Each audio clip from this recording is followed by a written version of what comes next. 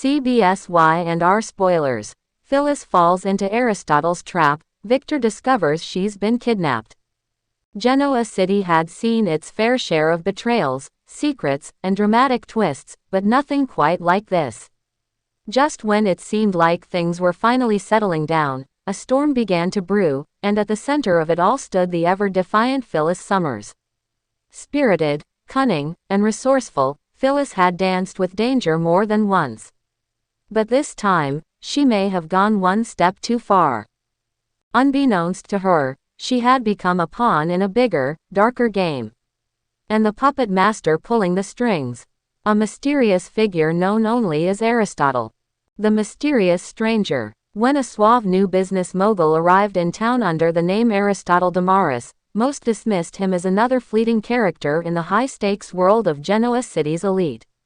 Handsome, cultured, and unnervingly calm, Aristotle quickly won over the community with his charm.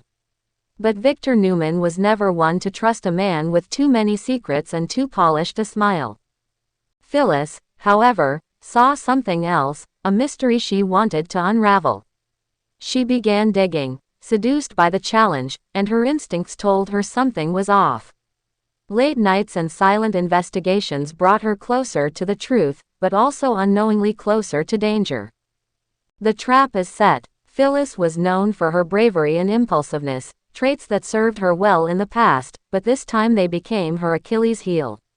After receiving an anonymous tip about Aristotle's alleged offshore bank accounts and a secret meeting at the old Harrington warehouse, she couldn't resist. What she didn't know was that every step she took was being tracked. Every inquiry, every question, every move, Aristotle had anticipated it all. The moment Phyllis stepped into the dimly lit warehouse, the door slammed shut behind her. Her phone lost signal, and the lights flickered out. Then, silence.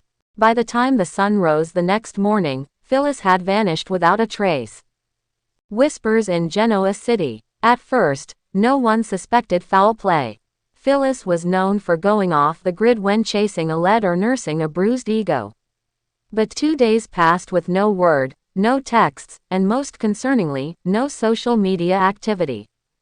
Summer was the first to worry, and she went straight to Victor. "I know something's wrong, Grandpa. Mom wouldn't just disappear like this." Victor's jaw clenched. He had also been watching Aristotle from a distance, sensing an undercurrent of danger surrounding him. "I don't trust that man," Victor said. "He's too clean, too calculated." Victor began putting pieces together. He had seen Phyllis talking to a private investigator just days before her disappearance.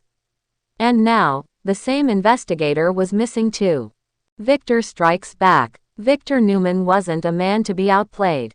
He launched a full-scale covert investigation through his private network. Files were pulled, surveillance was reviewed, and what he found chilled him to the bone. Footage of Phyllis entering the Harrington warehouse, and never leaving. He confronted Aristotle during a board meeting at Society, and though the younger man remained composed, a glint of amusement flickered in his eyes. "I'm afraid I don't know what you're talking about, Mr. Newman," Aristotle said smoothly. Perhaps Ms. Summers needed a break, away from the noise. Victor leaned in, voice low and deadly. "If you've touched a hair on her head, I'll bury your empire." But Aristotle merely smirked. The game was on, and he was enjoying every moment. The underground cell. Phyllis awoke in what appeared to be a converted wine cellar. Stone walls, steel door, and a single camera in the corner. No windows, no clues. Her head ached, but her mind was racing. She knew immediately who was behind this, Aristotle. He hadn't just kidnapped her, he was studying her. Testing her. Every interaction they'd had before was now magnified under this new lens. The riddles, the cryptic compliments, the veiled threats, they all made sense now. Phyllis, never one to give in to fear, started plotting. She knew Victor would be searching for her. She just needed to hold on, stay strong, and wait for her chance to strike. A message in code. Victor received a mysterious envelope at the Newman office, no return address. Inside was a photo of a chessboard with one piece knocked over, the queen. Beneath it, a note in Greek. He called in one of his linguists, who translated it: "The queen fell not in war, but in pursuit of knowledge. Will the king find her before the board resets?" Victor's heart sank. It was a message, a taunt, but also a clue. He returned to the warehouse with his team and uncovered a hidden trapdoor beneath the floor.